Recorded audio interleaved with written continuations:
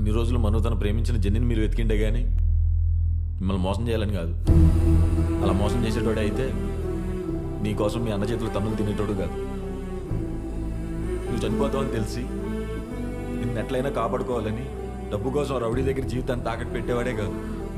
అమ్మాయి కాస్త చనివిస్తే చాలు సొల్లు కార్చుకుంటూ తను ఎలాగైనా దక్కించుకోవాలనుకునే అబ్బాయిలు ఉన్న ఈ రోజుల్లో వాడు మీ హ్యాండ్ టచ్ చేసిందా?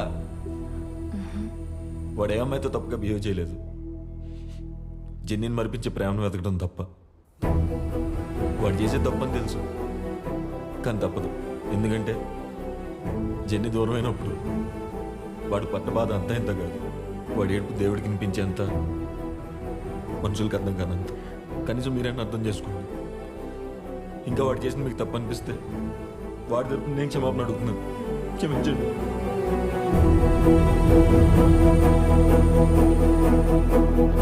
ఒక్క నిమిషం.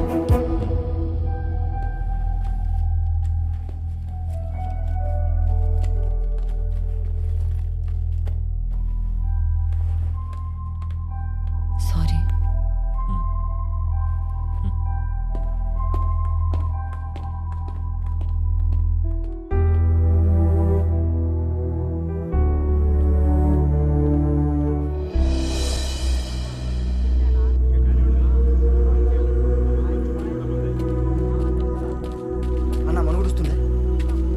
అన్నా మీ డబ్బు కరెక్ట్గా ఉందో లేదో చూసుకోండి అన్న.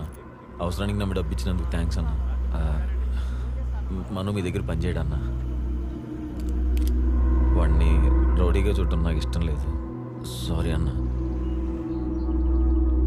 ఏమ్రా చేస్తానని మాట ఇచ్చినావు? అన్న చేయడం చెప్తున్నా కదన్నా. ఏమ్రా చేస్తా అన్న. రే అన్న డబ్బులు అన్నకి ఇచ్చినాం కదరా, ఇంకేంది? తీసుకునేటప్పుడు ఉన్నమాట ఇచ్చేటప్పుడు కూడా ఉండాలిరా. అన్న మనల్ని నమ్మి డబ్బు ఇచ్చాడు. ప్రేమనైనా నమ్మకాన్నైనా పోగొట్టుకోవడం క్షణం రా, నిలుపుకోవడమే చాలా కష్టం. చేస్తా అన్న.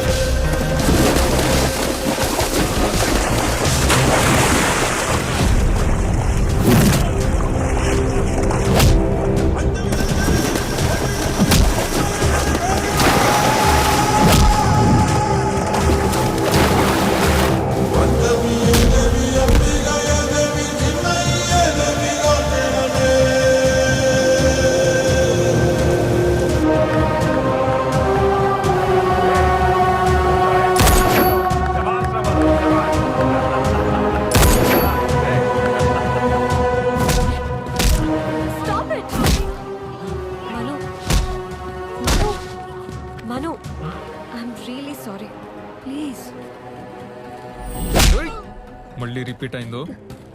నేను చేసింది తప్పే. అట్లీస్ట్ నువ్వు చేసే ఈ పనులైనా వదిలే. వదల్లేకి ఇలా అయ్యాను. ప్లీజ్ మను.